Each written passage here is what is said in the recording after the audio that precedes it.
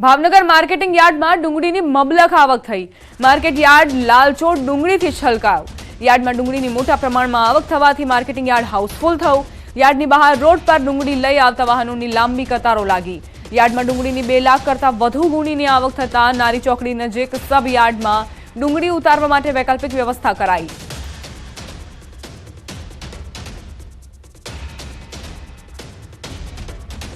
સૌરાષ્ટ્રના મોટા ગણાતા ગોંડલ માર્કેટિંગ યાર્ડમાં નવા લસણની સિઝનની આવક શરૂ થઈ ગઈ છે। 3 ખેડૂતો 15 કટ્ટા લસણ લઈ આવ્યા હતા। નવા લસણની હરાજી પહેલા પૂજા વિધિ કરવામાં આવી હતી।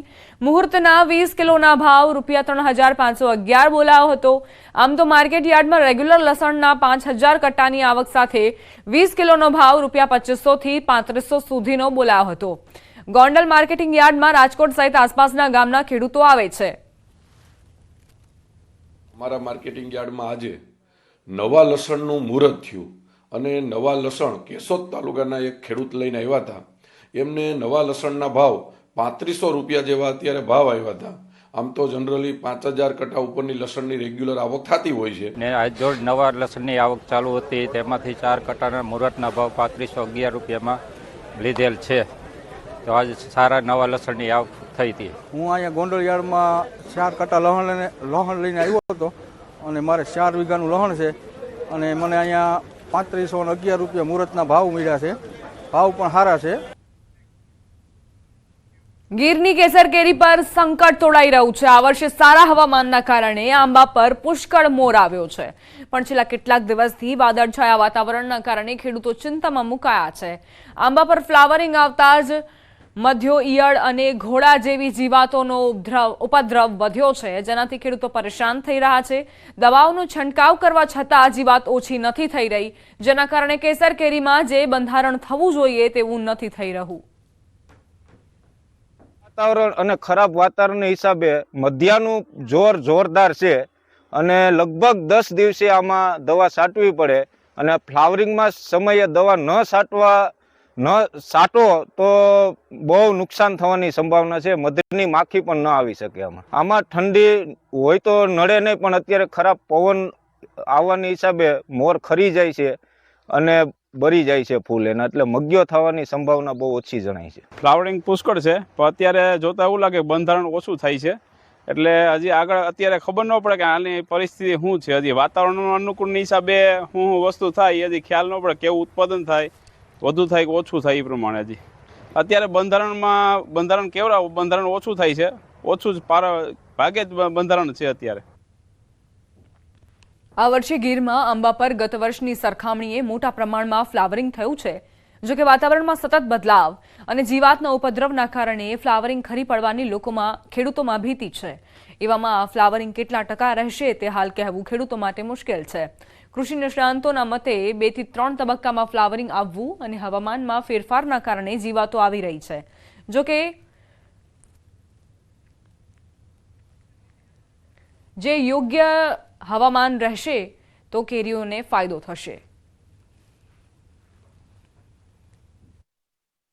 આમાં જે લીમડા સાયફર અને ઈમેડા ઘોડા માટે અમે છંટકાવ કરીએ છીએ અને 10-10 દિવસના અંતરગાળે દવાનો છંટકાવ કરીએ છીએ। જો એ છંટકાવ ન કરીએ તો જે ચિકાસ મધ્યાની આવે છે તે તકલીફમાં મૂકે છે। હમણાં વાદળછાયું વાતાવરણ હતું, તેના હિસાબે ઈયળનો ઉપદ્રવ અને થોડું ઘણું અંશે ચૂસિયાનું પ્રમાણ પણ જોવા મળેલું છે। તેના માટે આપણે ચૂસિયાની જે દવા હોય, ઈમીડા છે અને આપણે ઈયળ માટે સાયપરમેથ્રિન છે, પ્રોફેનોસાયપર છે, તેનો છંટકાવ કરવો જોઈએ। બોડેલીના તરગોડ ગામની પ્રાથમિક શાળાને તાળાબંધી કરવામાં આવી। શાળામાં બાળકો પાસે કામ કરાવવાનો વિડીયો સામે આવતા વાલીઓમાં રોષ જોવા મળી રહ્યો છે। 2 દિવસ પહેલા સ્કૂલમાં બાળકો પાસે મજૂરી કામ કરાવવાનો વિડીયો વાયરલ થયો હતો, તેમ છતાં શિક્ષણ વિભાગે કોઈ કાર્યવાહી ન કરતા વાલીઓમાં નારાજગી જોવા મળી રહી છે।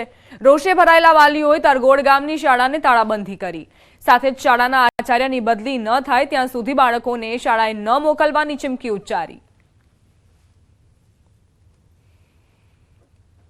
સ્કૂલમાં ભણવા મોકલે તો કામ કરાવે, કામ કરતા જોયા એટલે વિડીયો ઉતારીને આ બધા ગામ લોકો ભેગા થયા છે। આજથી તાળાબંધી કરવામાં આવ્યું છે અને આચાર્ય ભાવનાબેન આજથી નહીં જોઈએ। અમારે તો ઘરે નહીં કામ કરતા, કશું નહીં. અમે તો ઘરે આવીએ તો કહે છે કે છોકરો ચાલો કામ કરો, તો કે બી નહીં કામ કરતા.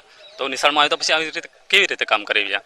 આ તો કામ કરાવવા છે રહ્યા, ભણવા છે કે પછી કામ કરાવવા આવ્યા છે? અમારે એ માગણી છે તમને. એટલે અમારે એટલી મજબૂરી છે અમારી કે ગામમાં જે હોય તે પણ ભાવના અમારે તો જોઈ નહીં. તમને જે ભાવનાબેન આચાર્ય છે ને, એ સ્કૂલમાં છોકરાઓ જોડે કામ કરાવે અને મટ્ટીનું કામ અને આ તે બધું કરાવે. એટલે અને મારો છોકરો બી મેં અહીંયા શિક્ષણ નથી સારું અમારી શાળામાં, એટલે મેં કોશિંદ્રા ભણવા મૂક્યો છે એના કારણે જ. હવે ગામ લોકો મળી પછી સાથે મળીને બધા નિર્ણય કર્યો કે ખરેખર આ વસ્તુ આ કૃત્યો ચાલશે નહીં, એટલે ગામ લોકો મળીને આજે શાળાને તાળાબંધી કરી છે. હવે તમામ ગામના લોકો, આગેવાનો, વડીલો, મિત્રો એક જ વાત કહે છે કે ખરેખર અમારે આ આચાર્યશ્રીની બદલી જોઈએ છે. આચાર્યશ્રીની બદલી થાય તો જ અમે આ શાળા ખોલીશું. ગામ લોકોની રજૂઆત છે કે ભાઈ બાળકો સાથે જે કામ કરાવે છે એ અન્વયે અમારી રજૂઆત છે કે ભાઈ આ પ્રકારનું કામગીરી બંધ થાય અને એના માટે યોગ્ય કાર્યવાહી થઈ એમની માંગણી છે. એ માટે એમને નિવેદનો અમે લેવાના છે અને શાળાના શિક્ષકોના પણ નિવેદન લેના છે, જે અમે વડી કચેરી પહોંચતા કરવાના છે. પંચમહાલ જિલ્લામાં